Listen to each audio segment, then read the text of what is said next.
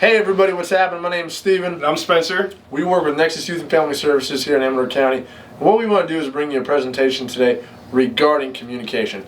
We think communication is extremely important now and in the future. So what we hope to do is show you a couple videos, give you some information, so when you're having just normal conversations or conflict, you're able to communicate effectively. So let's start off by defining communication. Communication is the sending and receiving of messages so that both the sender and receiver can understand the message. It's really important to understand this. The part that's really important right there is both the sender and receiver. I think sometimes the person saying what they want, saying what's on their mind, sometimes forgets that maybe the other person doesn't understand the way they talk, the sarcasm they may use, or things like that. So the other person may not be understanding the message the way it was meant to be received. So next up on the next slide, guys, what we're going to do is we're going to show you a little video that Steven and I made. Typically what we would do with this activity is we would, in class, split you guys up into 3 or 4 groups and have you guys write us a recipe on how to make a peanut butter and jelly sandwich. Now the premise behind this is I know how to make a peanut butter and jelly sandwich, but for the purposes of this video, I don't. So Steven's reading, we got a couple kids that we work with to write down the recipes for us, and Steven's going to read them to me, and I'm going to make that sandwich exactly how it says in the directions. Enjoy. Alright, Spence, you ready? I'm ready.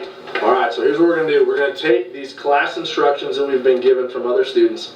We're going to read them as they're written, and Spencer is going to listen to those instructions and do exactly as is written. Alright, Hopefully make a sandwich.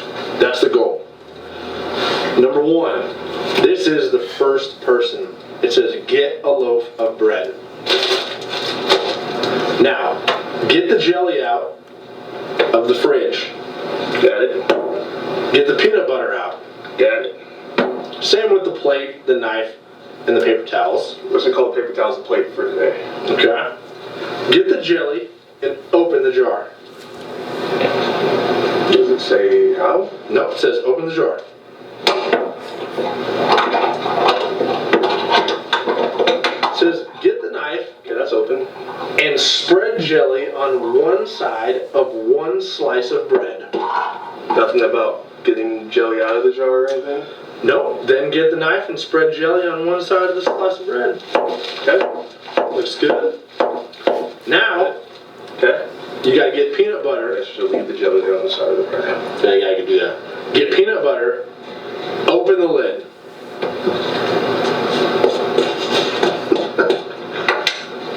Step 8, spread peanut butter on the other side of the bread, only on one side.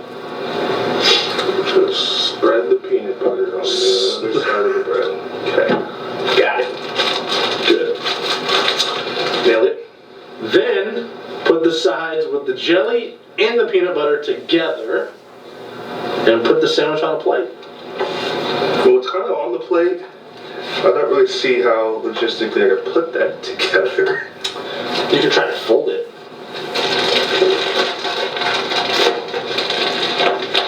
Almost. Almost. Oh, That's this made things worse. gonna be tough to digest. I don't think plastic goes down too easy. No, I don't think so. Alright. Alright, Next recipe. Oh, let me reset. recipe number 2. This one's good. It tells you to get your materials. Got him. What other materials do we need? Anything? My peanut butter, my jelly, my bread, my knife, my paper towel plate. Alright, it says get your plate, a piece of bread, Just get a piece of bread. get a piece of bread, and peanut butter. Okay. 1 piece of bread. Then, use the knife and spread the peanut butter on the bread. How do I get the peanut butter? Get to the peanut butter. So, get your plate, a piece of bread, and peanut butter. Okay. Then use the knife and spread the peanut butter on the bread. Okay. Go like this. Yep. Spread the peanut butter. Alright? Now, get the bread and jelly. I'm just going to assume they mean another piece of bread, but I'm not sure. And jelly.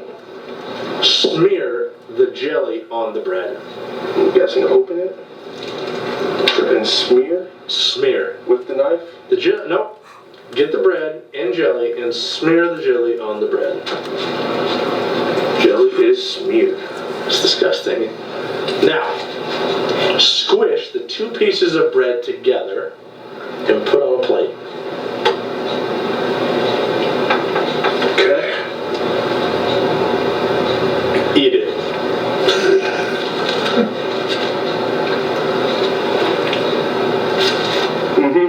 Drink milk if you would like. Or would like. You'd like some milk? Alright, we're going to continue with our presentation. This is definitely by far one of our favorite class presentations because For sure. we get 3, 4 options to do this, and the sudden knife going through the lid or eating the plastic bag is always hilarious. And so we are disappointed you guys didn't get to participate in that with us right now. We hope that we'll be able to do something like that in the near future. One of the things that we realize is when it comes to communication, there are some barriers. For instance, during that presentation or during that part, there were some barriers in communication. Spencer didn't ask any questions. He didn't understand the fullness of what I was saying. And also, I wasn't giving him the best information. I wasn't saying, undo the zip tie, pull out 2 slices of bread and lay them flat on the paper towel. I didn't do those things. And so Spencer just went based on what I gave him. The importance there, guys, is very important when you're the sender trying to send a message to the receiver. You want to be very clear and concise in what you're trying to say. Now, obviously, like I said earlier, I know how to make a peanut butter and jelly sandwich, but I was going exactly off the instructions. So if I wasn't untold to untwist the tie, I didn't untwist it. If I wasn't told to open the peanut butter, I just put the knife through the top, you know? So it's important to be clear and concise, even if you think you may know if you think you know that you're conveying what you want to say as best as you can, that other person may not understand it exactly. Absolutely. And so that leads us to this first one, which is the lack of knowledge about the message. So there could be, Spencer could have had a difficult time understanding what I was trying to say, which led to some problems. Also, jargon. That's just the language being used. The volume of the voice. When you're angry or you're upset or you're emotional or you're happy, that the volume can become a barrier sometimes. If somebody's yelling or screaming, that might be difficult for the other person to receive the message that's being sent to them. Also, the age difference. Obviously, the younger generation and the older people, there is sometimes a miscommunication. There's barriers there. You have lack of focus. Sometimes that happens, especially in class for middle school and high school students. So don't let your lack of focus be a barrier. And then there's a boring message. Sometimes what I might be sending to Spencer might be boring and he might just shut it off. It's possible. Those are barriers to good, healthy communication, so we want to pay attention to that. This is probably one of the biggest ones when it comes to you guys. Cell phone etiquette. Spencer, you want to tell me that story about you and your friends real quick, like when you guys go out to dinner? Yeah, so what we usually do when we go out to dinner is we realized one night that we were all sitting around the dinner table and we were all on our phone. Like, we had made plans to go out and hang out, but when we got there, none of us were talking to each other. We were all going through social media, checking text messages from other people, whatever it may be. So we decided that night that what we were going to do is, when we go to dinner now, as a group, we put our phones in the middle of the table, in a big stack, big pile, whatever you want to do. And the first person to actually grab their phone, as long as it's not an emergency, but the first person to actually grab their phone to check it, they pay the whole tab. Now, if nobody does it throughout dinner, then we just each pay our own tab. But if you're that one person, and there's usually about 10 of us, if you're that one person who goes and grabs your phone out of the center of the table, you're going to pay the entire tab for the entire table, which could be a lot of money because we're a bunch of big people and we eat a lot of food. 10 people, that's not cheap. That's not a cheap meal. So also you have lack of interest. You could just not be interested in what's going on. Speed of the dialogue, it could be too fast, it could be too slow, whatever it might be. These are all barriers, right? And then there's body language. If somebody's arms are crossed and they're just kind of aggressive towards you, that might be a barrier to communicate. Or they could just be way too bubbly, and that might be a barrier for you as well. There could be disabilities. There could be an emotional state and an unwillingness to listen. These are all things where we can't always tell what's going on inside of somebody. We don't know where they're at.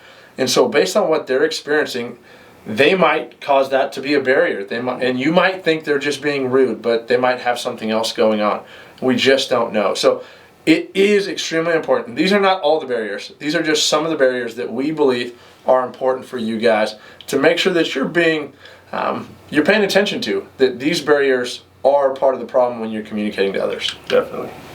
So next up, we're going to show you guys another video. And in this video, you're going to see the young lady in this video definitely demonstrates some barriers to communication as she takes the question. Okay. Recent polls have shown a fifth of Americans can't locate the U.S. on a world map. Why do you think this is?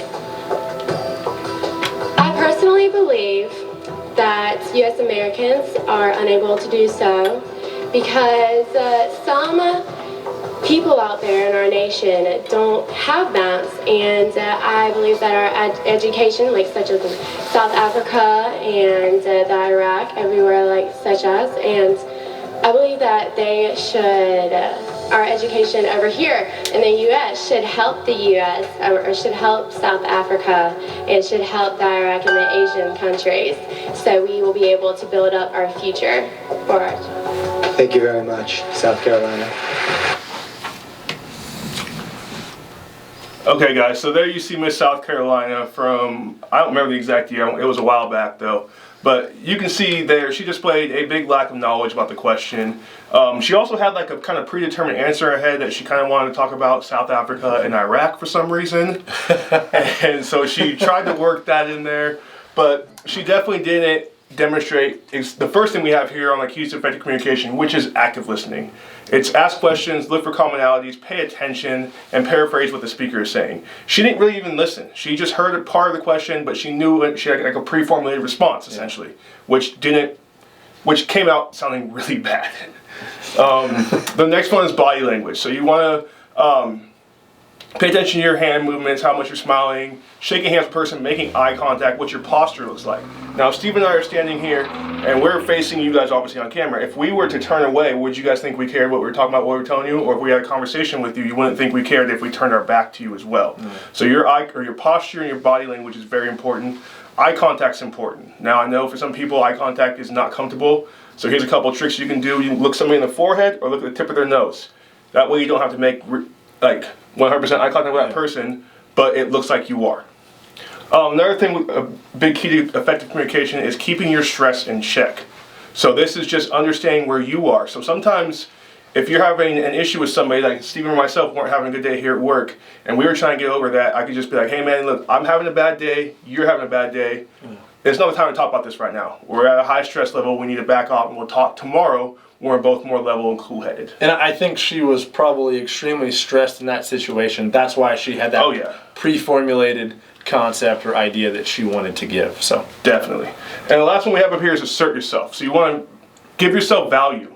Know what your needs and wants are. And you want to be able to express your negative thoughts. And you want to be able to express those without yelling and screaming and making it into an argument, guys. And also learning to say no. Learning to say no is a big part of communication. You don't always say yes to people. Then what we want to do real quickly is we want to talk about iMessages. iMessages are a positive way to communicate strong emotions. During conversations with others, you could use an iMessage to express how you are feeling and what you would like to happen. So for instance, you could say, I feel, and then you would tell the person how you feel. Then you could say, I feel this when you describe the event that caused your feeling, but you need to be specific. And then please, this is where you tell them what you would like to happen in the future. So for example, you would say, I feel upset or anxious when you yell at me for not doing my chores. Please just talk to me in a calm tone so I won't get defensive. This is extremely important. This basically takes it away from saying you did this to saying, hey, this is how I feel when this happens. Can we please do this in the future? It's a much better way to communicate, especially in conflict. And I think we're going to take a look right now at a video that's going to briefly show you a you message, which is the you did this, versus an I message, this is how I feel. Darren, what the heck are you doing? Excuse me? You haven't done anything on this project. I've been working my butt off on it. So the problem is that if you don't do anything, you're going to cause both of us to fail. I'm going to cause... Yes, you are going to cause it. You're going to cause us to fail. Because I've been working my butt off, you haven't done anything. Whatever, man. What am I going to do now? Hey, bud. all right. How are you? Mavis, yeah? Yeah, go for it.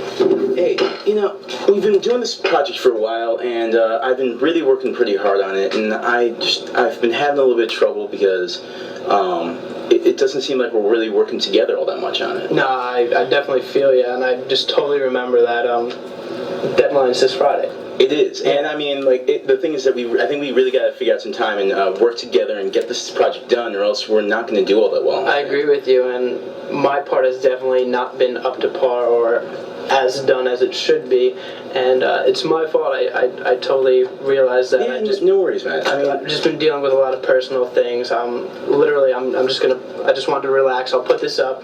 I'll get to work tonight. Okay. Okay, and I've been working on this thing, so I kind of know what we're doing. So if you've got any questions, just let me know. I'll definitely shoot you a text. All right, cool. Yep. Have a good one, man. See you, bud. So as you can see in that video, guys, the first way he approached it wasn't very effective. He kind of yelled at the person, the guy wasn't responsive to it. But when he came out in the second way, he came out more calm, hit it with an I statement, and that helped to kind of resolve the problem they were having with each other. So in conclusion, guys, I want you to remember a few things when it comes to communication. You need to know the definition of communication. You need to know your strengths and weaknesses when it comes to communicating with others. So what are you good at, what are you bad at when it comes to communicating with people? You also want to remember the keys to effective communication, which are active listening, body language, keeping your stress in check, and asserting yourself in the conversations. And also remember the importance of using I messages instead of you messages. Steven, anything else you want to add? It's just extremely important, especially in conflict, that you use those I messages versus the you, because that person can become defensive, whereas the I message is more about how you feel and how a certain situation made you feel. So as always, guys, check us out on YouTube, Nexus Youth and Family Services on YouTube. Give us a call if you need anything, 209-257-1980. And as always, stay healthy and stay safe.